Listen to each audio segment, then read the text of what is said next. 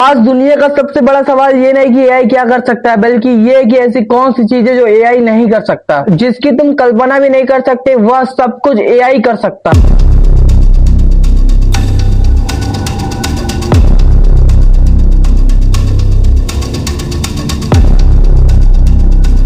AI car चला सकता है, बीमारी पहचान सकता है, इंसानों की तरह बात कर सकता है। ऐसी कौन सी चीजें जो एआई नहीं कर सकता। कुछ लोगों ने इसे दुनिया की सबसे बड़ी खोज मानी और कुछ लोगों ने इसे दुनिया के लिए सबसे बड़ा खतरा माना। क्या आने वाले समय में एआई इंसानों से ज्यादा इंटेलिजेंट हो जाएगा? ऐसा हुआ तो सब कुछ बदल जाएगा। जॉब्स बदल जाएगी, इकोनॉमी बदल जाएगी, एजुकेशन बदल जाएगी, पॉलिटिक्स बदल जाएगी। सवाल ये आता है कि पहला एआई किसने बनाया और एआई की खोज कहां से हुई? आखिर एक कंप्यूटर इंसानों की तरह सोचने कैसे लग गया? 2020 से क्या हुआ कि पूरी दुनिया एआई की तरफ भागने लगी? आज पूरी दुनिया जिस टेक्नोलॉजी से डर रही है, वही टेक्नोलॉजी लोगों का भविष्य बना रही है। The name of artificial intelligence यानी एआई।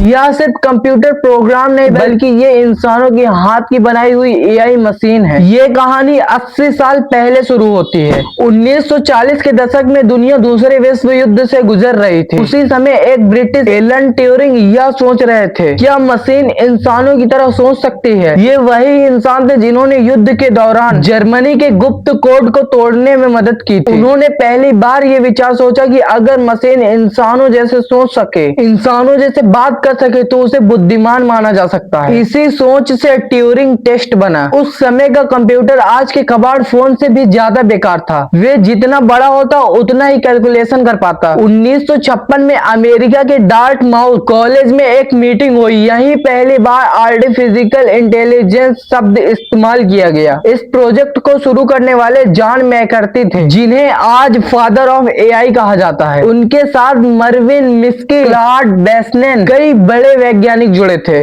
उन्हें विश्वास था कि कुछ ही सालों में मशीन इंसानों जैसी बुद्धि हासिल कर लेगी। लेकिन असली दुनिया इतनी आसान नहीं थी। शुरुआत का एआई बहुत ही सीमित था। वह सिर्फ वही करता जो उसे सिखाया जाता। अगर नियम बदल जाए तो मशीन फेल हो जाती। वह शतरंज खेल सकती थी, लेकिन बिल्ली और कुत्ते की फोटो में फर्क नहीं बता पाती थी। उस समय की सबसे बड़ी समस्या थी कंप्यूटर की ताकत। कंप्यूटर बहुत ही धीमे थे, डेटा बहुत ही कम था, इंटरनेट मौजूद नहीं था। फिर धीरे धीरे वैज्ञानिकों को समझ आया कि मशीन को हर चीज नियमों से नहीं सिखाई जा सकती, उसे उदाहरण दिखाकर खुद सीखने देना होगा। यहीं से मशीन लर्निंग की शुरुआत हुई, यानी मशीन पैटर्न सीखने लगी। असली बदलाव आया 1980 और 1990 के दशक। कंप्यूटर चेंज होने लगे, माइक्रोचिप्स छोटे और शक्तिशाली बनने लगे। फिर आया इंटरनेट और पूरी दुनिया बदल गई। इंटरनेट ने एआई को वह सब कुछ दिया जिसे उसे जरूरत थी। पहली बार इंसानों की जिंदगी डिजिटल रूप में जमा होने लगी।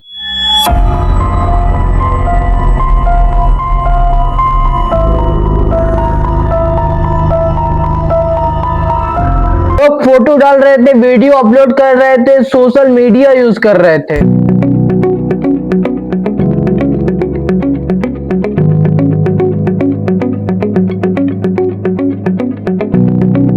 जितना ज्यादा डेटा उतनी ही ज्यादा स्मार्ट मशीन। यहीं से गूगल, माइक्रोसॉफ्ट, अमेज़न और फेसबुक जैसी बड़ी कंपनियां दुनिया की सबसे पावरफुल कंपनियां बनने लगी, क्योंकि उनके पास अरबों लोगों का डाटा था। फिर आया असली गेम चेंजर, डीप लर्निंग। यह टेक्नोलॉजी इंसानी दिमाग से प्रेरित थी। जिस तरह इंसानों के दिमाग में न्यूरॉन्स काम करते हैं, वैसे ही कंप्यूटर में न्यूरल नेटवर्क बनाए गए। जार्फी, हिटन, यान लेकन जैसे वैज्ञानिकों ने इस तकनीक पर काम किया। शुरुआत शुरुआत में लोगों ने उनकी रिसर्च को गंभीरता से नहीं लेते थे, लेकिन बाद में यही दुनिया बदलने वाली टेक्नोलॉजी साबित हुई। 2012 में एक एआई मॉडल ने इंसानों की तस्वीर पहचानने में प्रदर्शन किया। पूरी दुनिया चौंक गई। 2020 के बाद एआई विस्फोट की तरह आगे बढ़ने लगा। इसके पीछे कई कारण थे। पहला कारण, इंटरनेट पर जमा विशाल डेटा। अब मशीन को ट्रेन करने के लिए पूरी दुनिया की जानकारी मौजूद थी। दूसरा कारण था सुपर फास्ट जीपीयू। एनवीडिया जैसे कंपनियों ने ऐसे प्रोजेक्ट बनाए जो लाखों कैलकुलेशन एक साथ कर सकते थे। तीसरा कारण था क्लाउड कंप्यूटिंग। अब कंपनियों को खुद सुपर कंप्यूटर खरीदने की जरूरत नहीं थी,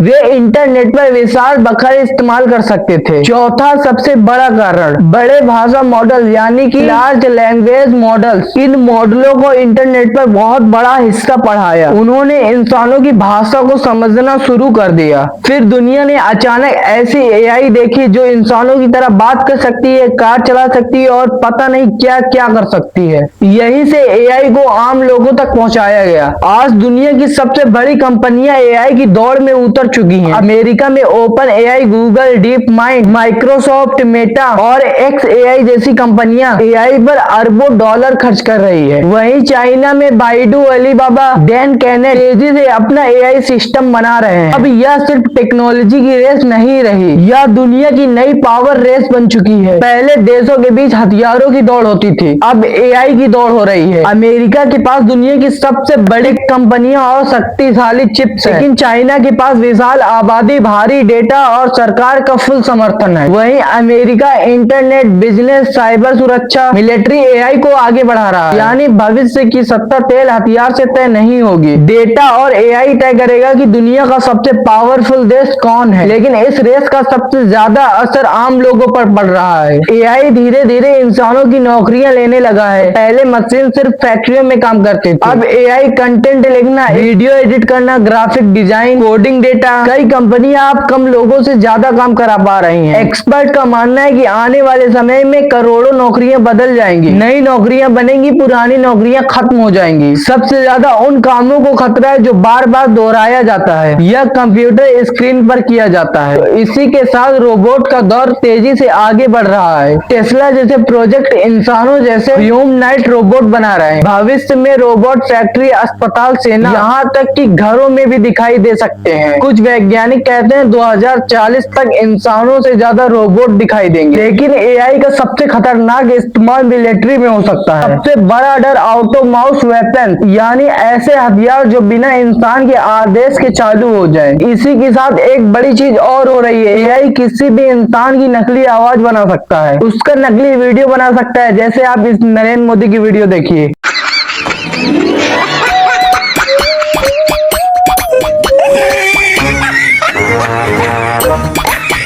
भविष्य में ये पहचानना मुश्किल हो जाएगा कि क्या असली है और क्या नकली। यही वजह है कि कई लोग एआई को बहुत बड़ी खोज मानते हैं। अब सबसे बड़ा सवाल, क्या फ्यूचर में एआई इंसानों से ज्यादा टैलेंटेड हो जाएगा? एआई बहुत शक्तिशाली है, लेकिन उसके पास इंसानों जैसी समझ और भावनाएं नहीं है। वह सब कुछ डेटा से सीखता है। अब सवाल ये है कि अगर इंसानों से ज्यादा मशीन टैलेंटेड हो गई तो दुनिया पर कंट्रोल किसका रहेगा?